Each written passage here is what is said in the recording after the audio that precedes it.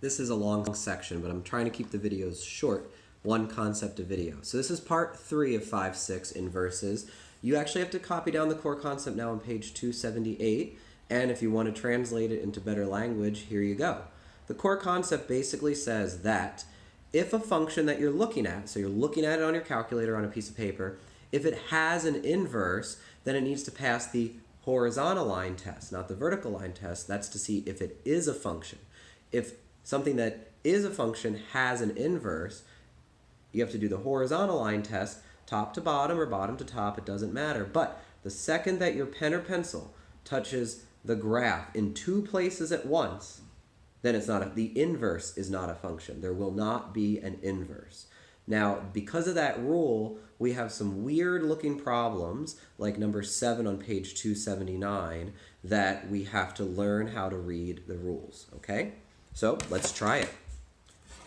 Y equals negative x squared for all the x's that are less than or equal to 0. So from 0 and all the negatives. Now this is a parabola. It's an upside down parabola. So if I do a quick sketch, I'm going to notice that it doesn't pass the horizontal line test. You can see my marker touching the graph in 2 points. So the inverse of this function is not a function. So what the book wants us to do is we want to take all the x's that are less than or equal to 0. So we're just going to ignore the positive side. Now, for the algebra part, it doesn't really matter. For the graphing part, which we're going to probably do on our calculator, that does matter, but it'll work out. So I need to find the inverse because this is going to be my y1. So I need to find my inverse. So switch the x's and the y's. Solve for y. I got to divide by -1. And now I need to square root both sides. Okay, here's the problem though. We can't do plus or minus. They're telling us that in the original function, we need all the x's that are negative, less than or equal to 0. Negative, 0 or negative. So that means in the inverse function, we want all the y's that are going to be negative. So we're going to just smudge out the plus sign, and then this is the function we're going to graph as the inverse.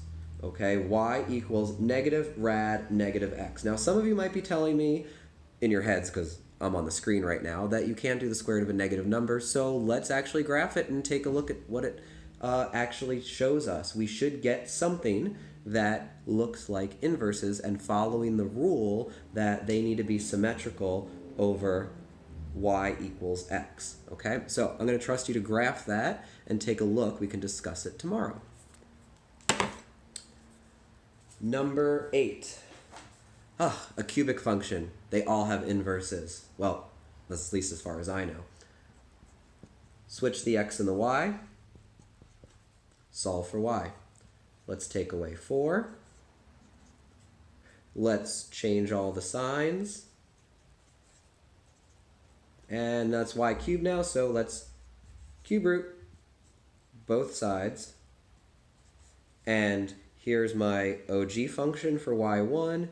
Here's my inverse function for y2. Cube root of negative x plus 4. Don't forget, you need parentheses underneath your cube root sign on the calculator. Okay? Finally, number 9. I hope we're getting the hang of taking the inverses by now, but I'm going to do it for you anyway so that you have no excuses. Switch x and y. Solve for y. Got to square both sides first to get rid of that radical. And take away 2. Original function, inverse function. There you go. y1, y2. Go ahead, plug it in. You do have answers in the back of the book, but you can ask me questions about it tomorrow. And without me, go on to page 282, numbers 23 and 25. Test your skills and check your answers in the back of the book. Ask questions tomorrow. One more part, I promise, one more part for 5-6.